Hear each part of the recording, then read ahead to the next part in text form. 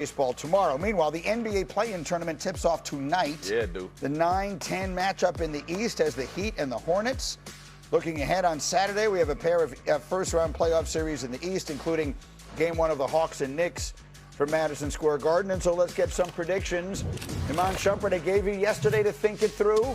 Now I'm putting you on the spot. Knicks, and Hawks, give me the prediction. Who wins? Give me Knicks in 6, and that's with a cushion, man. I really want it to be a gentleman's sweep. Give me Knicks in 6. Knicks in 6. He says, Alan, you know the Knicks as well as they can be known. What is the most important factor for the Knicks if they're going to get out of what I think is, well, let's start with this. Yeah. This is the toughest first-round matchup anyone in the East is going to draw, the right? top 4, yeah. That's for any of the big teams in the East. The Hawks, a tough matchup. Yes. So how, if the Knicks are going to win this thing comfortably, 5 or 6, how are they going to get there? Well, they're going to get there with not just Jalen Brunson, but with Brunson and Karl Anthony Towns in a two-man game that we actually saw get unveiled last week when they played in Atlanta against the Hawks. And that two-man game, the high screen roll between these two superstars, we have not seen it enough. It worked to near perfection in this game, especially in crunch time where Jalen Brunson does his best work. Karl Anthony Towns doesn't need to be a shooter all the time. He loves to be a playmaker.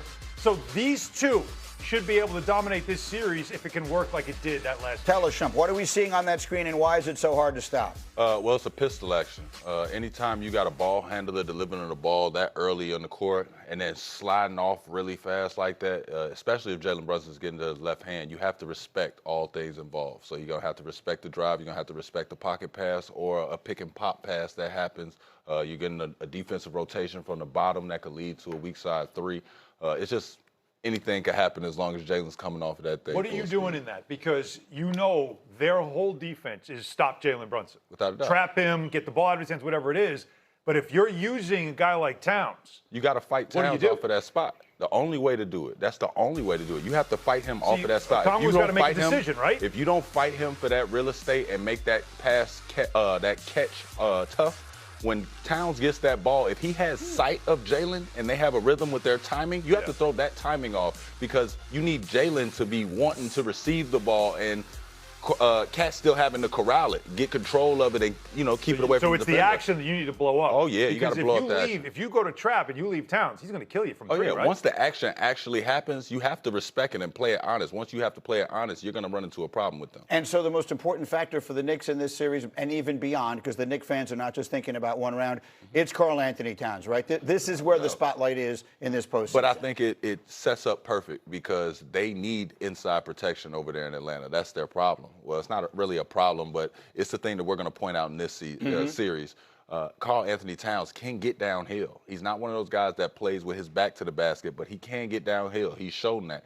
What I like about that pistol action is if you have something going on that far out in advance where he can get a little action and get some daylight, now it opens up driving lanes for him. And he's also a willing passer. Yes. We don't talk about it enough, but Karl Anthony Towns is a willing passer. I think that if this series can feature him enough, they should be walking out of here with a gentleman's sweep and a 20-piece from Magic City. Man. Okay, we'll see. A 20-piece. And then they wind up home. probably with Boston in round 2. So I just showed you all the teams that are in the Eastern Conference playoff picture. And you did not see the Milwaukee Bucks on your screen, and that wasn't an accident. We know that Doc Rivers is out. The question is, will Giannis Antetokounmpo be the next one to follow him out the door? Shump, we had this conversation yesterday about how he just doesn't want to be the bad guy. But we're seeing Steph on our screen for a reason. Where would you like to see Giannis wind up next year? I would love to see Giannis become a Golden State Warrior. I would just love to see that. Steph Curry, coming up at the end of his career, is a guy that can't have too much on his shoulders, right? We keep talking about it. But when you think about Giannis, Giannis is also a guy that is like KD and needs someone to assist him with decision-making down the stretch. Also, he needs somebody that can fill it up from the three-point line as well as shoot the free throws really well down the stretch. So when I pair those two together, I understand they got Jimmy over there. I know they got some contractual things that they're going to have to work out. But if I see those two together for the brand of basketball, oh, boy. You have the closer that you need, oh, right? Boy. That's what they had with Chris Middleton and Drew Holiday back Oh, yeah. Let me ask you a different question, because Vinny Goodwill was sitting in that spot yesterday, and he made the point, maybe Giannis waited a little too long to do this. Like, Giannis 2 years ago was one of the top 2 or 3 players in the NBA for certain lock. For 7 years. And wherever he goes. Exactly. Yeah. Is he still that? With all the injuries and all the rest of that, like, is he still a player that you put him somewhere and you immediately say, that team can win a title? I think so, because 32 is not old anymore, really, right? Like, he's still in his prime. And before this year, we only played 36 games this year because of injuries and all the other things going on in Milwaukee. 7 straight years, he's 4 or higher in the MVP voting. Right. So that tells you he's one of the best players in the league for a 7-year stretch, and 1 year is not going to take that away. It's all about situation. Is it too late? No. Is it too late, though, to do what you're talking about and go to Golden State where everybody's old and try to win right away? That's tough. To me, he's got to find the ready-made situation where he steps in and it's a team that is either this close to a championship or already has But it. I think that's where the problem comes in, where you say, did he miss the window? Yeah. If I'm a young team, that's what I'm thinking of him. I think that pairing him with a guy that doesn't have as many years makes sure that we know now the urgency is here. We need to win now, and we're going to win this way. He had to wait to control the situation. He's got his opt-out now in his pocket. He can decide where he wants to It's a really interesting point that you're making there, because if you're San Antonio or you're one of these other teams that have all these young guys. What about Oklahoma City? You have well, that would be, you brought that up. Here we go. Oklahoma City has all these draft picks. Here we go. They have a really good roster with a lot of young players. If you want to be diabolical, if you want to do something like KD going to the Warriors, you want to be KD? To that. You want to be KD? You want to go get ahead rings? over there. You told me about how important it is to have rings. Hey, it's important to get rings.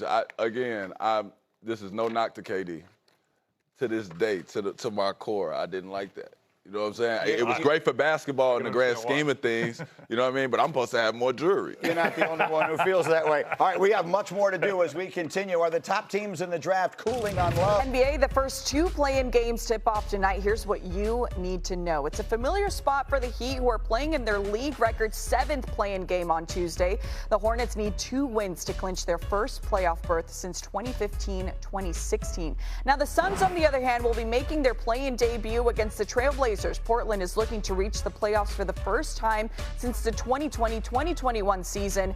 Phoenix took the season series 2-1. With that, we say good morning to NBA analyst Iman Shumpert. All right, Iman, out in the West, we know the Blazers are going on the road to face the Suns tonight. Winner of this one gets San Antonio in the first round. Which team do you think can cause more problems for the Spurs, and why?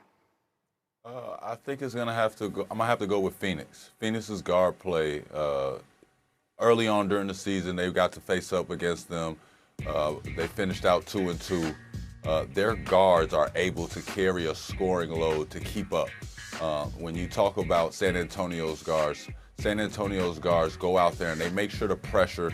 They make sure to get out here and show you a different tempo every time with their different guards that they bring in. I think that when you look over at Phoenix, they can match up with their guards. And you already know it's hard to match up with that big fella down there.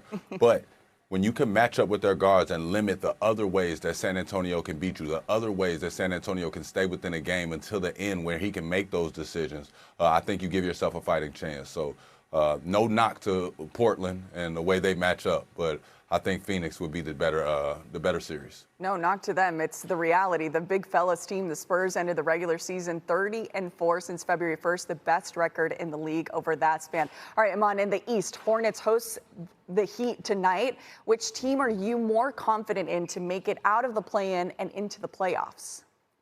I think I'm going to roll with the Hornets. The Hornets are playing really well. They're shooting the ball well, and that's the part that makes me feel like they'll win this matchup.